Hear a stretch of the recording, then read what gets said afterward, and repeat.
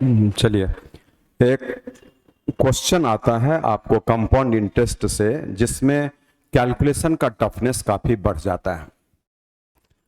जब हम compound interest के क्वेश्चन को डील करते हैं तो उसमें इसका अपना फॉर्मूला बेसिक यही है कि a equals to P bracket 1 plus R upon 100 power में t। ऐसा अगर हम इससे सी आई निकालना चाहते हैं तो बाद में फिर हम लोग जो है यहाँ पर a माइनस पी कर देंगे तो सी आई बन जाता है। लेकिन अगर हम सी आई डायरेक्ट भी लिखना चाहेंगे तो p कॉमन ले लेंगे, bracket 1 plus R upon 100 power t, और यहाँ -1 कर देंगे तो भी बात एक ही हो जाएगा। ठीक है, बट जो आज का टॉपिक है वो ये है कि जब समय यहाँ पर अधूरा होता है, जैसे a पूर्णांक b बटा c वर्ष, तो इस जगह के लिए आपका फॉर्मूला क्या होता है वो दिखाते हैं। तो a बराबर p और यहाँ पे 1 प्लस आर अपॉन 100 और इस पर पावर में a और फिर यहाँ पे 1 प्लस आर अपॉन 100 और ये b बाई c। ऐसा ये तो देखिए, ये तो कॉमनली हम लोग यूज करते हैं, है ना, ये फॉर्मूला सबसे ज्यादा बार, और ये भी हम लोग यूज करते हैं जब समय अधूरा होता है। बस ये चीज यहां से आपको दिखा जा रहा है। लेकिन जब समय इनकम्प्लीट होता है तो ऐसा क्यों करना पड़ा? क्योंकि आप समझते हैं कि समय जो भी है कंपाउंड में ये पावर के रूप में बैठता है, और पावर यहाँ 2 होगा तो ये बेस 2 बार आएगा, पावर 3 होगा तो 3 बार आएगा, पावर 4 होगा तो 4 बार आएगा। आपके एग्जामिनेशन के सिलेबस में समय जो है 2 वर्ष देता है और 3 वर्ष देता है, सीआई वाले में आपको मैक्सिमम टाइम्स ऐसा, और कभी कभार 4 वर्ष पे भी क्वेश्चन आ जाता है, इससे ज्यादा का नहीं आता है। तो हम लोग 2 साल 3 साल इन सारे के लिए टेबल ऑफ फॉर्म से आराम से बना लेते हैं, ठीक है, टेबल ऑफ फॉर्म से। लेकिन इस जगह पर अब आपको समझना कि इस कंडीशन में क्या प्रॉब्लम आता है, ठीक है, तो उसको हम लोग यहां पर देखते हैं। आइए, बोले जब यहां पे एक एग्जाम्पल देता है ऐसे कि 20,000 रुपये का 20% पर एनम से, या यहां पर आपको जो है हम 10% पर एनम कर देते हैं, 10% पर एनम से 2.5 वर्ष का CI क्या होगा, कंपाउंड इंटरेस्ट।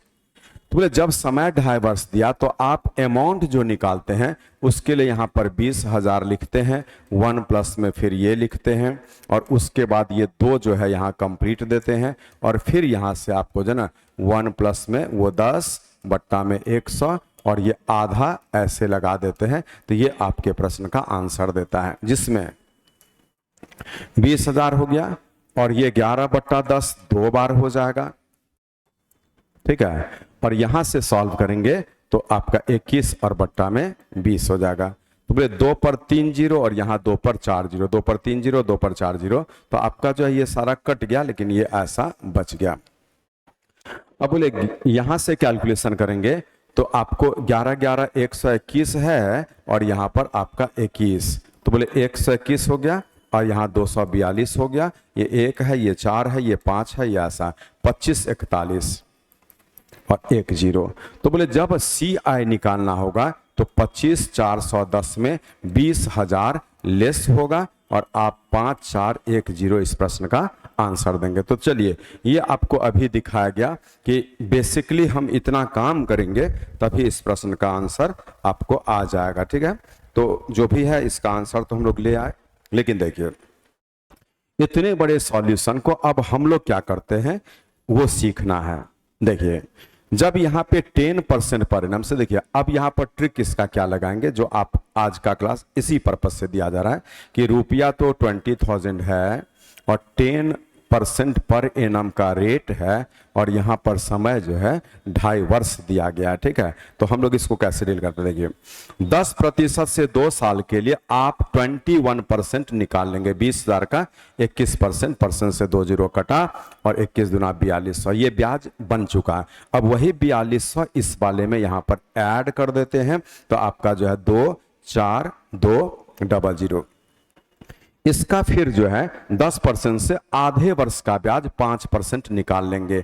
5% निकालेंगे, परसेंट से आपका 2 जीरो कट जाएगा और यहाँ पर देखिए 5 दूना 10, 120 और 121, इन्हीं दोनों को ऐड कर देना, जो हम यहाँ लिख देते हैं। तो 10 बना और 2 2 4, 4 1 5, तो बोले आपका 5410 आंसर आया। यहाँ पर भी देखे तो 5410 आंसर आया। तो इसमें कितना इजीली आप इसको डील कर लिए, ये चीज समझना। तो हम लोग क्या करेंगे, जब कंपाउंड में अधूरा समय दिया रहेगा, इनकम्प्लीट टाइम दिया रहेगा, तो पहले 10% से 2 साल का जो है वो निकालेंगे कंप्लीट ईयर्स का, और तब 10 से इसका निकालेंगे, ये इसमें जोड़ करके अमाउंट निकाल लेंगे, आराम से बन जाएगा। अब आइए, जो 10% से 2 साल का निकाला गया ना, ये 21% जो निकला है वो कैसे निकलता है वो भी आपको हम दिखाते हैं। देखिए, जब यहाँ पे 10% का रेट होगा और 2 साल का CI लेना होगा, तो इसके लिए कंसेप्ट यही है कि 10 को हम 2 से गुणा करते हैं 20 बनता है, और 10 पर 2 पावर देते हैं 100 बनता है,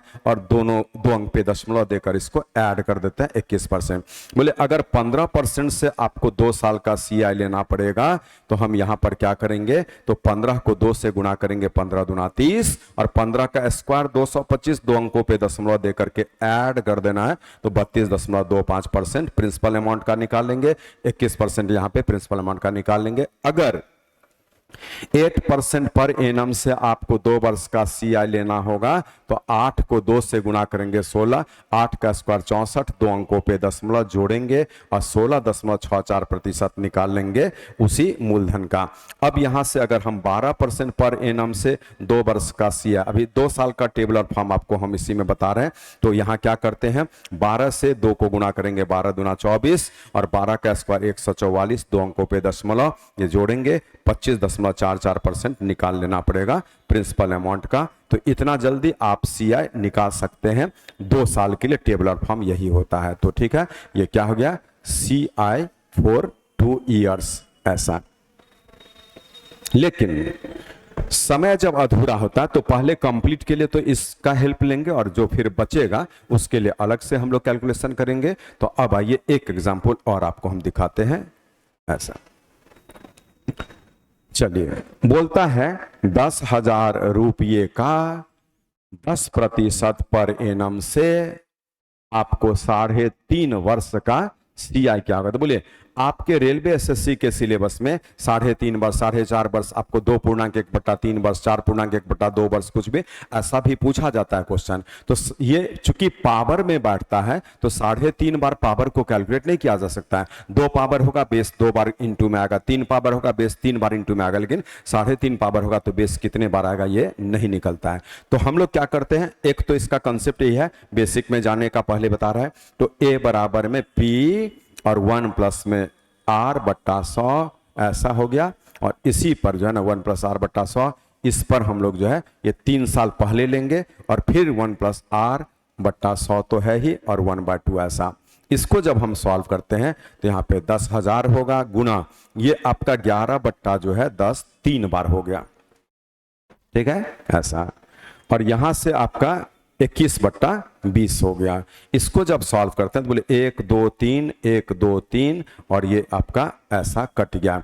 इसी को सॉल्व करके अब आपका आंसर आएगा, बोले ये 1331 है, इसको 21 से गुणा करना है, 1331, ठीक है। तो 1331 को 21 से, तो 1331 होगा, और यहाँ पर आपको जो है ये डबल कर दीजिए, 2 6 6 और 2, ये 1 है, 5 है, 9 है, 27 है, 27,951, 27,951, और बट्टा में अभी 2 बच गया है। तो बोले यहाँ 13 दूना 26 होगा, 1 बचा तो 2 9 18 हो गया है ना, 2 9 18 हो गया, 1 बचा 2 7 14 हो गया, 1 बचा 2 5 10 हो गया, 1 बचा 2 5 10 ऐसा।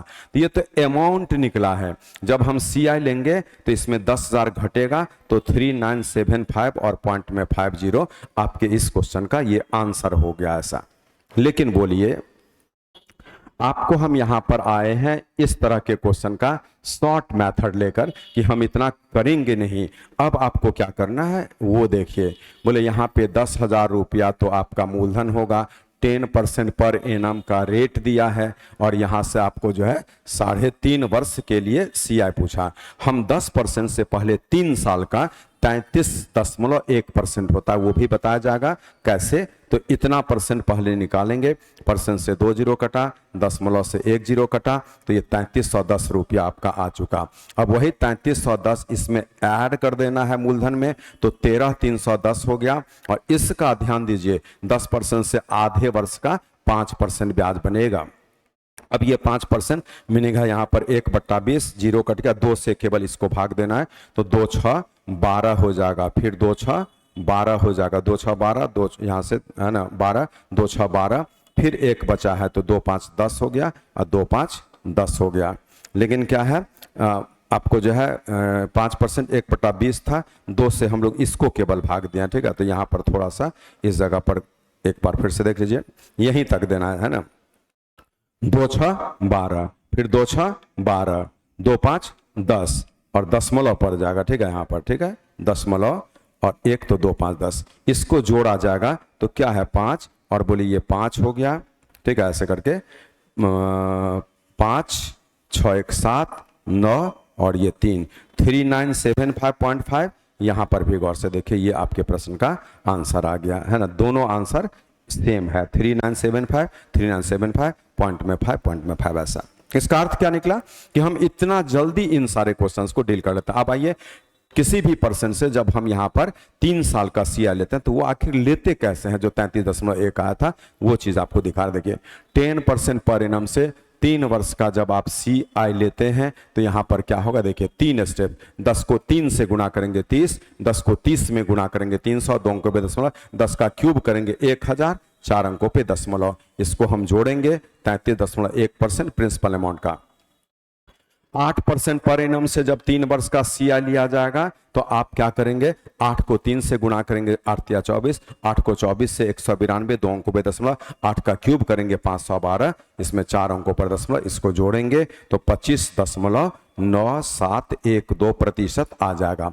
उसी प्रकार अगर आप 5% से 3 वर्ष का CI लेना चाहेंगे, टेबल ऑफ फॉर्म भी सीख लीजिए, तो आपको 5 को 3 से गुणा करना है 15, 5 को 15 में गुणा करना है 75, 2 अंकों पे दशमलव, 5 का क्यूब करना है 125, 4 अंकों पे दशमलव, इसको जोड़ा जाएगा 15.7625% निकालना पड़ेगा। उसी प्रकार से फिर अगर हम यहाँ पर दिखा दें 9% से आपको 3 वर्ष का CI, 9 या 27 कर देना है। अब बोले इसको हम लोग गुणा करेंगे 2 अंकों पे दशमलव, तो क्या हो जाएगा पढ़िए, 9 7 63 होगा, 9 7 63, 9 दूना 18 6 24, 2 अंक पे दशमलव, और फिर 9 का क्यूब 729, 4 अंक पे दशमलव, इसी को हम एग्रीगेट करेंगे, 9 होगा, 2 होगा, 0 5 और ये 29, इतना परसेंट हम निकालेंगे प्रिंसिपल अमाउंट का। तो 3 साल का भी टेबल ऑफ फॉर्म दे दिया गया है, मीनिंग का क्वेश्चन 2 साल का बोले 3 साल का बोले, ये ज्यादा बार पूछता है, मोस्ट लाइकली 99% में यही पूछा जाता है, 2 साल का 3 साल का, और प्लेन डिजिट होता है परसेंटेज जो, ठीक है, बन जाएगा। लेकिन समय अधूरा होने से हम उसको पार्ट वाइज बनाते हैं और बहुत जल्दी बन जाता है। तो इस तरीके से आप ऐसे सारे क्वेश्चन को बहुत ही इजीली डील कर सकते हैं, ठीक है। तो जब यहाँ से आपको जो ना 10% से 3 साल का बोला तो ये आप स्टेप बढ़ा देंगे एंड सो ऑन, ऐसा, ठीक है। इसी हिसाब से आगे बढ़ेंगे। तो चलिए, एक बहुत अच्छा टॉपिक आपको डील कर दिया गया, जिस टॉपिक के अनुसार जब भी कंपाउंड इंटरेस्ट आपका अधूरे वर्ष के लिए पूछा जाएगा तो आप जो हम मेथड बताए हैं ब्रेक करके, ब्रेकिंग मेथड, उस मेथड का हेल्प लीजिएगा, इजीली क्वेश्चन आपका बनेगा, ठीक है। मिलते हैं फिर अगले क्लास में कुछ छोटा टॉपिक इसी प्रकार से लेकर जो आपके लिए इंपॉर्टेंट हो और आपके टफनेस को इजीनेस में बदल दे, ठीक है। चलिए।